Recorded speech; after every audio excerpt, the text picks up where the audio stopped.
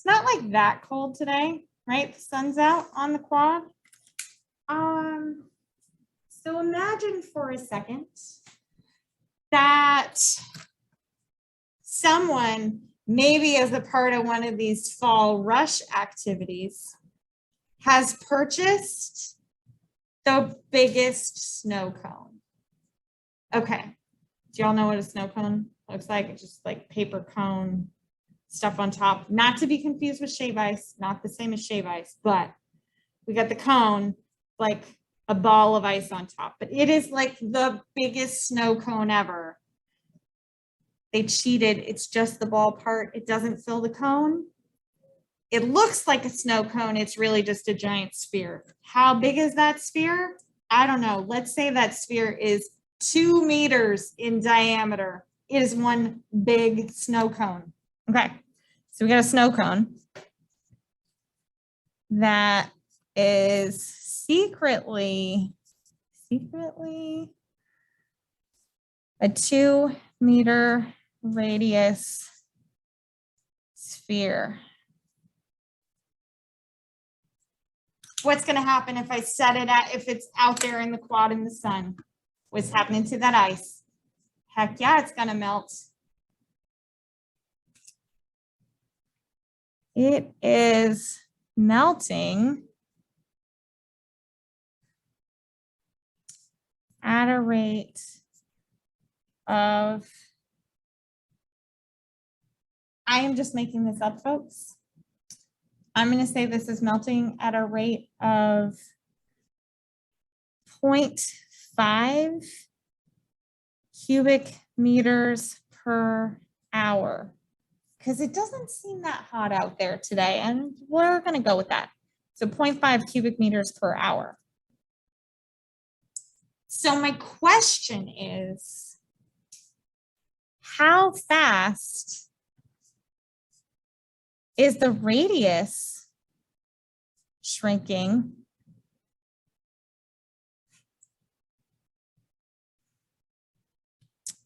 when the radius is down to 1.5 meters?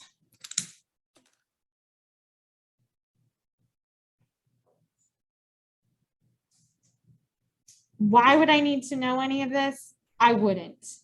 Why would there be a giant snow cone on the quad? Because it sounds like fun. A lot of these related rates problems in the book, they're real world. No one is doing calculus to do any of these things. However, I will say that most of the data that we collect in the world, we collect based on points in time, and we look at changes over time. So the truth is that related rates are super applicable to lots of real world research, especially in terms of biology and medicine, because we're almost always doing things with respect to time. The examples in this book, whatever. We're just doing some, they're an excuse to do some calculus. So let's attack this with calculus.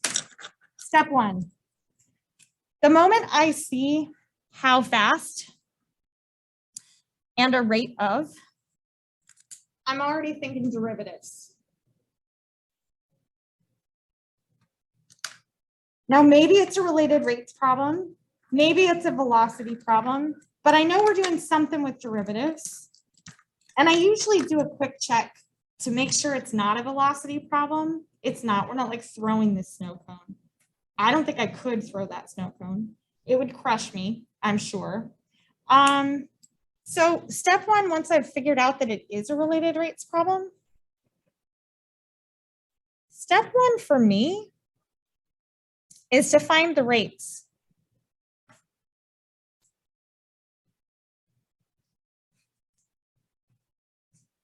So in this problem, we've got one thing that's a rate of 0.5 cubic meters per hour. Well, cubic meters sound like units of what?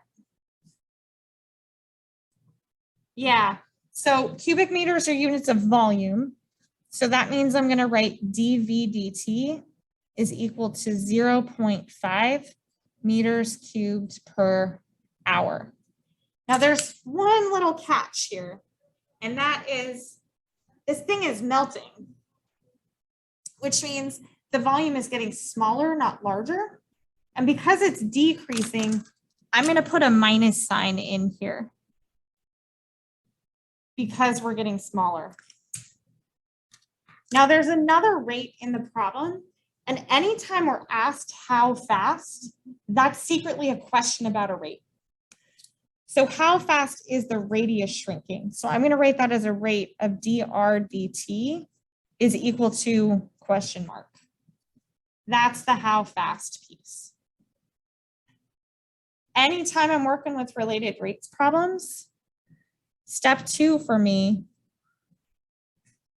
is to find an equation that only uses these variables.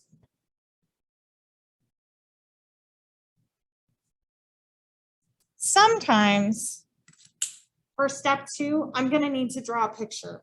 And I know that the book, when it outlines steps for this, it always wants you to draw a picture. I'm not going to waste my time with a picture if I don't need one. I need an equation that relates the radius and a volume of a sphere. Picture is not going to help me with that. Either I know the equation or I look it up, but a picture is not going to get me there any faster. I happen to know it. So the volume of a sphere is 4/3 pi r cubed. Step 3 is to take the derivative.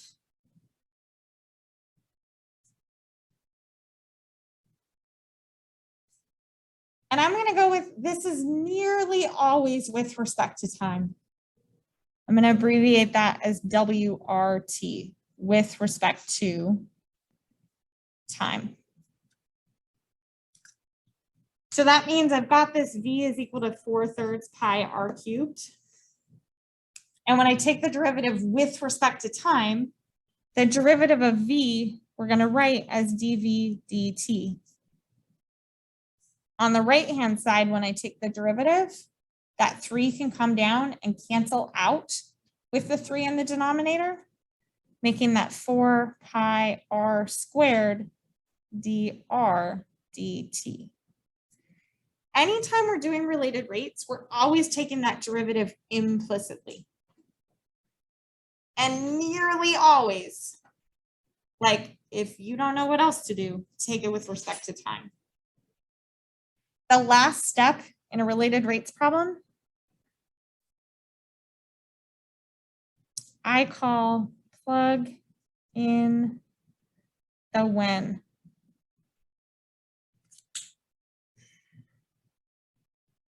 When doesn't always mean time in terms of a related rates problem, but it should be some key piece of information that's identifying when in this process I want to know what the rate is. And in this case, my when statement is when the radius is 1.5 meters. That doesn't mean t equals 1.5. Time doesn't equal meters, but the when statement here is that the radius is equal to 1.5.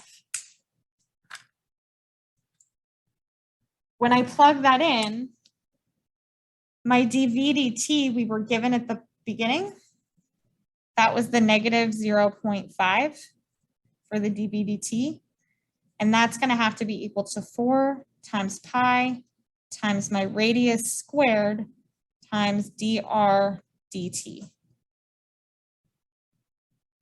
So to get the final answer that we want, we're going to isolate the dr dt because that was the thing, that was our question from the beginning.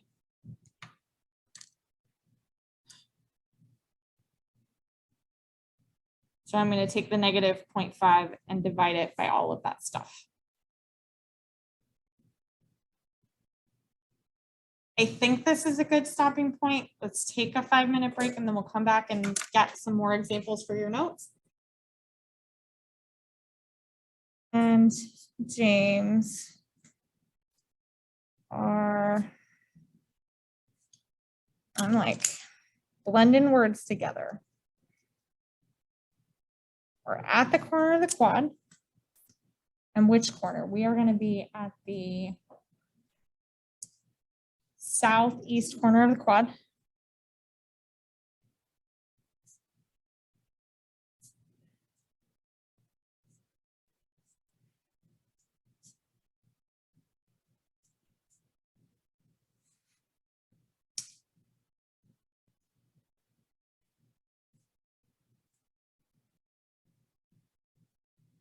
James realizes that he needs to get to class and walks south at, okay, now we got to estimate, like, I'm late for class. What do we think? Can I do like 4 feet per second? 4 feet. I personally can probably do faster than 4 feet per second, but let's go 4 feet per second. So he's going to walk south at 4 feet per second. At the same time, Sara decides to walk west at 2 feet per second.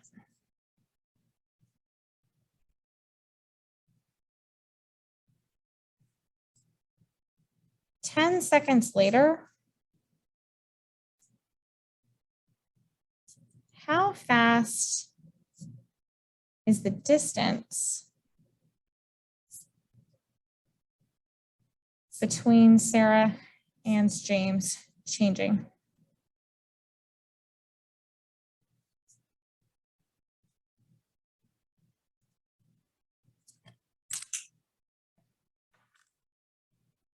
Now, when I say classic problem, insert cars moving at 60 miles per hour, insert planes moving at 200 kilometers per hour, whatever.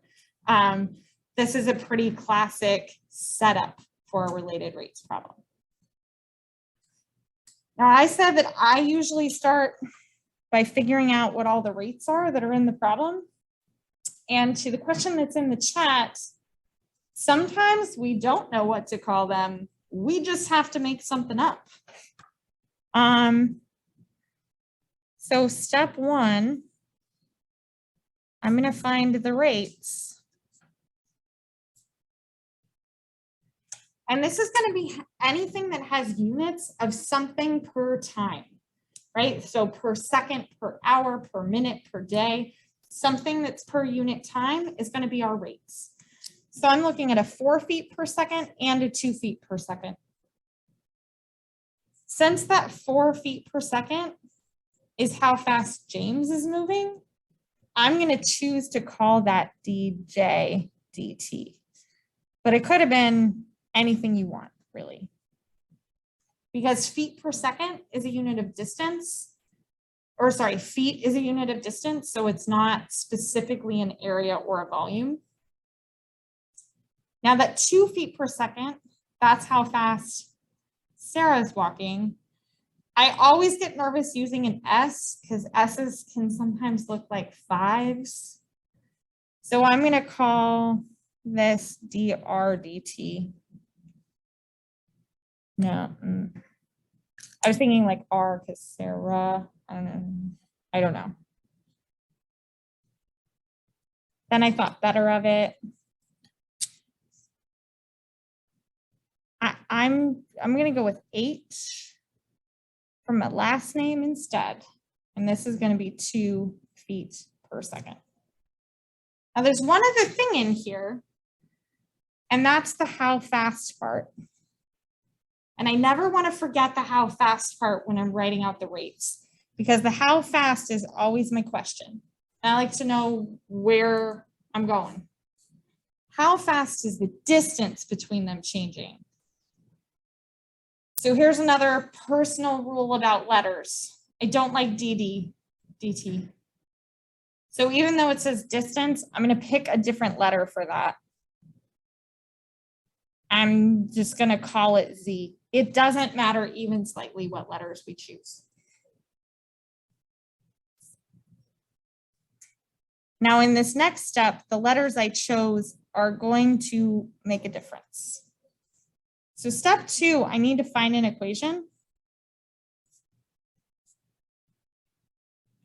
And this time I do want a picture to kind of parse out what's happening. Okay, so James and Sarah are standing here, but then James starts walking south at 4 feet per second. So James is headed this way. And at the same time, I'm walking west at 2 feet per second. So I'm walking this way, and I decided to use the letter H for myself. Well, that means that at any given time, the distance between us is this side over here. And I decided to label that Z.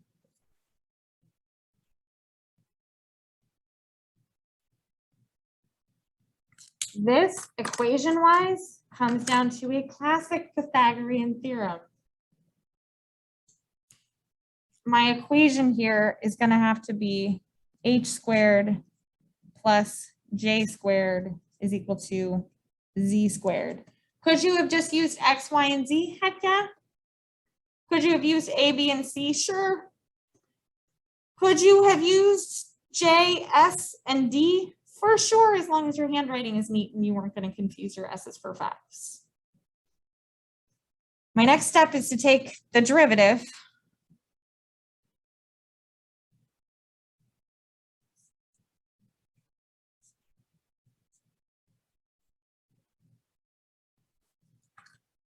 And when I take that derivative, I'm doing it with respect to time.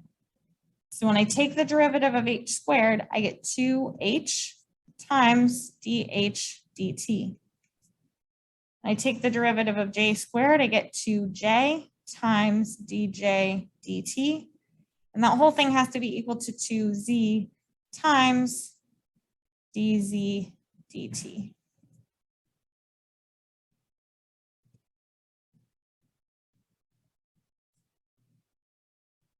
Step 4,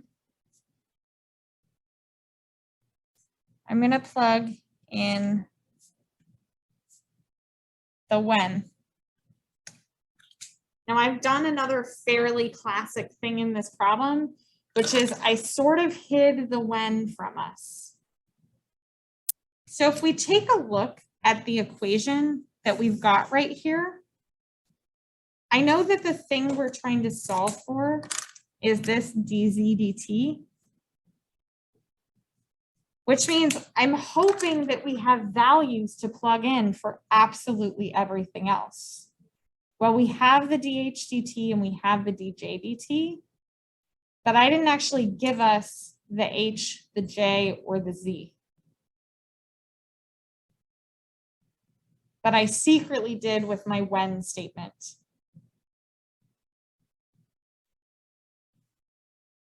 And my when in this case is the 10 seconds later.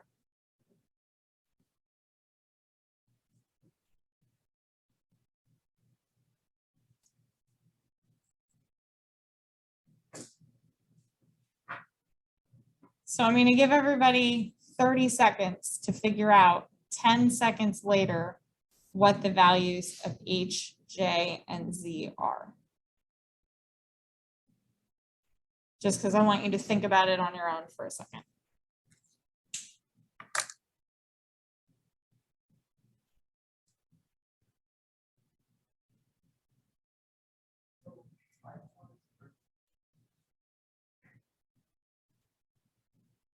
And if you think you've got any of them figured out, you can always throw it in the chat or stick a hand up if you're in the room.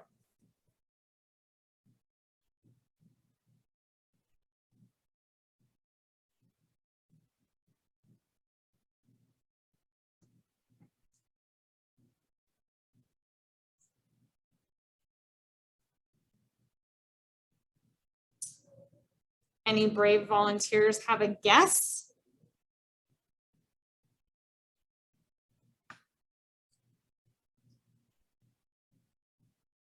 Okay. Oh, we got a brave volunteer.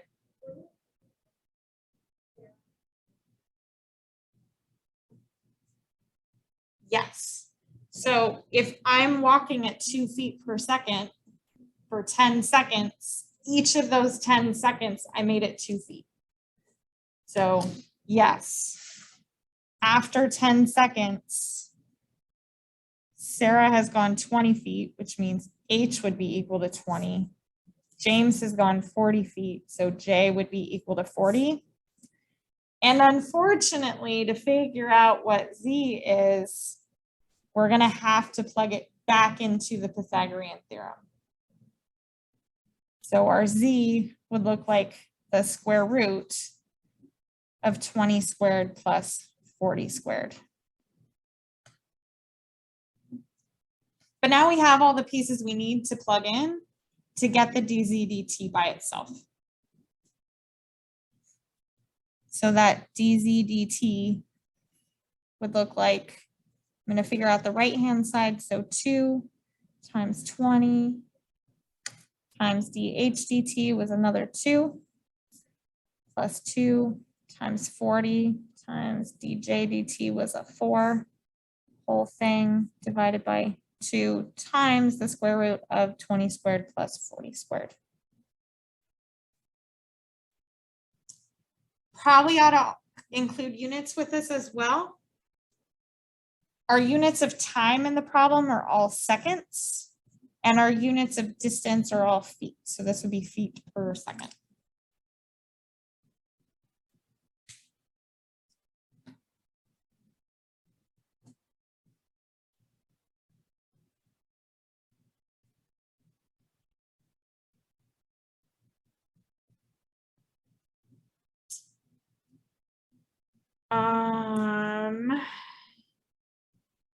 The 2j dj dt and the 2h dh dt in step 3 are coming from taking the derivatives here. So when I take the derivative of h squared, the 2 comes down, and then I'd have h to the first power. I just don't write the 1, and then times dh dt, like from chain rule. Same thing here. 2 comes down, then I have j to the first power times dj dt. Hopefully that answered the Zoom question. We're going to hang out with this one just a little bit longer.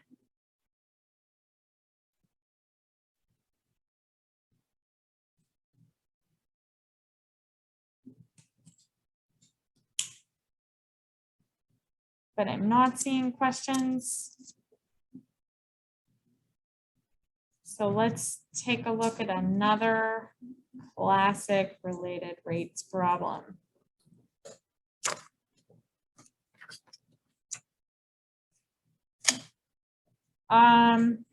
Let's revisit that snow cone.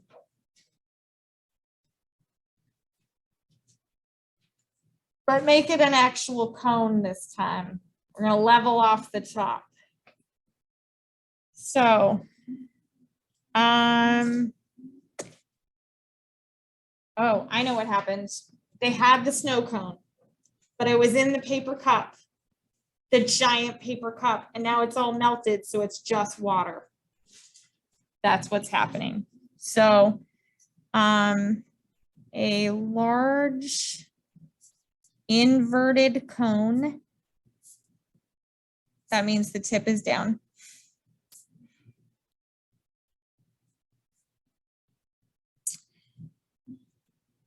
Has a height of, it's going to be pretty big, 3 meters, and a radius of 1 meter at the top.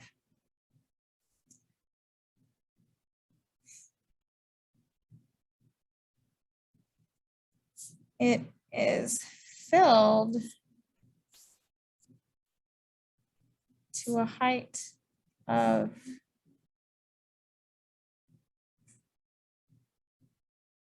2 meters.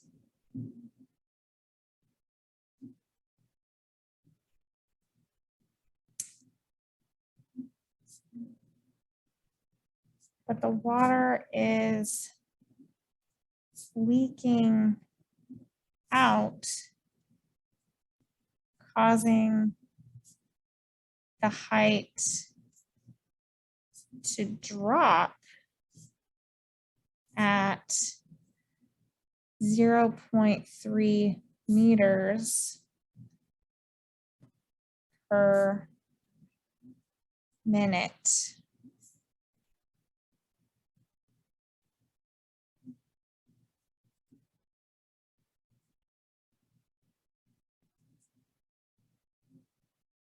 The same moment, how fast is the volume changing?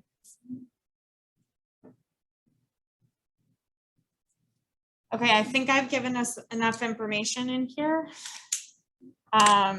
So I'm going to give folks a moment to write this down. I'm also going to address the question that came up in Zoom, which is on the previous problem, if James and Sarah were given constant rates of acceleration instead of velocity, I'm going to go with the problem would not be approachable. So let's just say that that's not going to happen.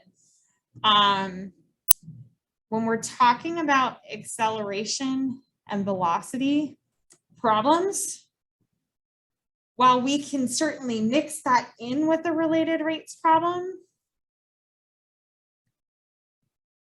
we would have to be given more information than that in order to, so I can construct something that's going to mix those two different types of word problems together, but we couldn't do it directly for the problem I just wrote. Okay, so we got this large inverted cone, has a height of 3 meters, radius of 1 meter at the top, filled to a height of 2 meters, but the water's leaking out, causing the height of the water to drop at 0.3 meters per minute. At the same moment, how fast is the volume changing? Lots of stuff in there, but let's go find those rates. So if I'm looking for rates, it's anything that's per unit of time. I've got 0.3 meters per second. That is definitely a rate, 0.3 meters per second. The question is, what is that a rate of? And since that's how the height is changing, I'm going to go ahead and call that dH dt. Now I also have this how fast question. And how fast means that's what we're looking for. And since it says the volume changing, I'm going to call that dV dt. Are there any other rates in the problem? Oh, yeah. Oh, good question. It said minutes. We better keep that as minutes.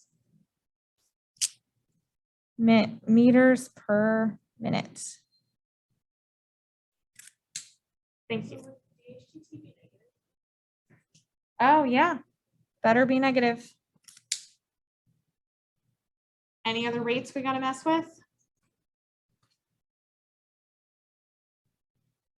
There are other numbers in the problem, but they aren't rates because they aren't per unit time. So that's it in terms of my step one. Step two, I need an equation. And I do know how to get the volume of a cone. Volume of a cone is 1/3 pi r squared h. But there's a problem. And it is another classic problem that shows up in related rates. That equation has an r and an h in it. But we don't have a rate for r. So this classic thing that happens in related rates problems is going to require me to draw a picture. I don't draw well in 3 dimensions, so I'm just going to make this flat. But you can imagine that that's a 3-dimensional cone. So this whole thing had a height of 3 meters and a radius of 1 meter. But that's like the outer shell of the cone. The water level is in here and the water level is moving, right? So at some point in time, the water level is going to like be down here. In terms of this volume equation, this is the volume of water.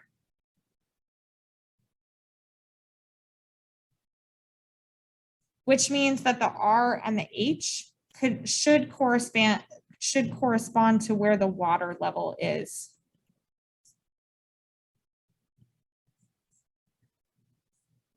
So on my picture, that would make this little thing an R and this right here the H. And we're going to use similar triangles to find the relationship between R and H.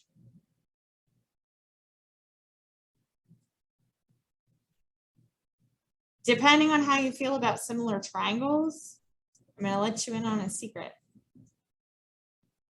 You don't have to remember anything about similar triangles. We can just use trig instead. But if that terrifies you, then go with similar triangles. We'll get the same thing in the end. Here's what I mean by use trig. If I imagine that this down here is my angle theta, then I just write down what tangent of theta is for both triangles. So for the big triangle, tangent of theta would look like 1/3. And for the small triangle, tangent of theta would look like R/H. That's probably the same thing you would write down if you just thought through similar triangles. But if it's been a minute, you can always think through it with your trig ratios. Well, this is going to mean that my radius is actually 1/3 H. The whole reason that's important is that I want my equation over here. If I'm going to take the derivative of it, the only rates that I know or care about are for H and V. I don't know or care about anything related to R. So I want to eliminate R as a variable in my equation. So I'm going to come in here and make that 1/3 times pi times 1/3 H squared times another H. So we don't take it to R.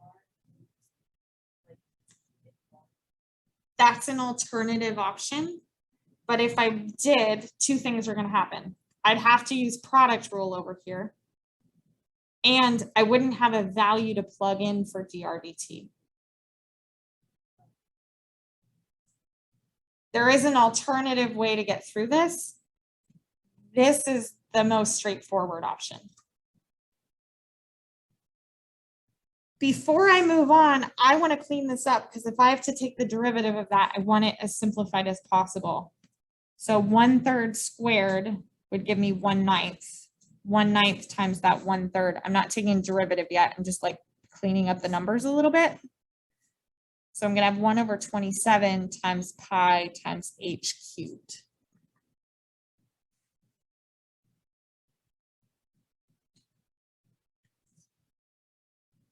Now I would take the derivative.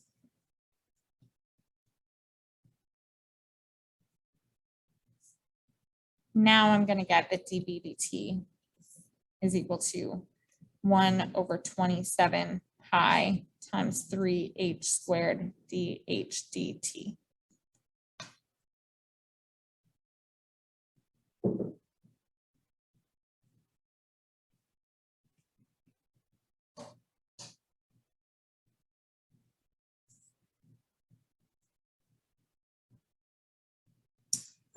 And when we care about it, the height that I've given us is 2 meters. So we can plug in all of our numbers and get the dv dt we're looking for. So dv dt, I'm going to take that 3 times 1 over 27 and make that pi over 9 times 2 squared times negative 0.3. Units wise, units of volume should be cubic meters per minute.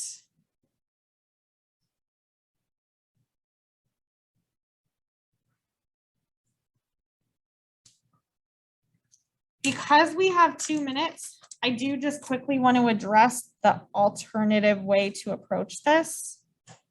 And the alternative way to approach this is to do this sort of in 2 steps.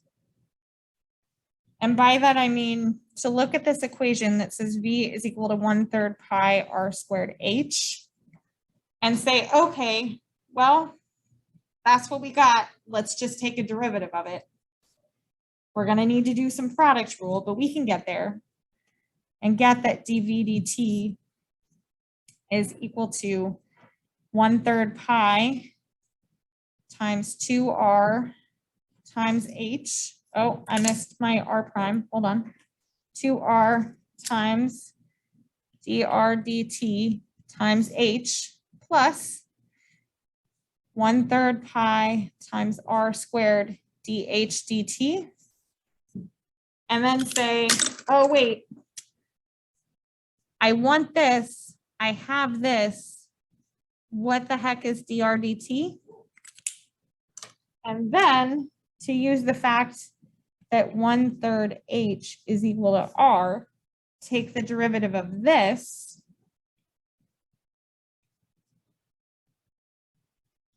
to get a value of dr dt to stick in over here. Totally fine.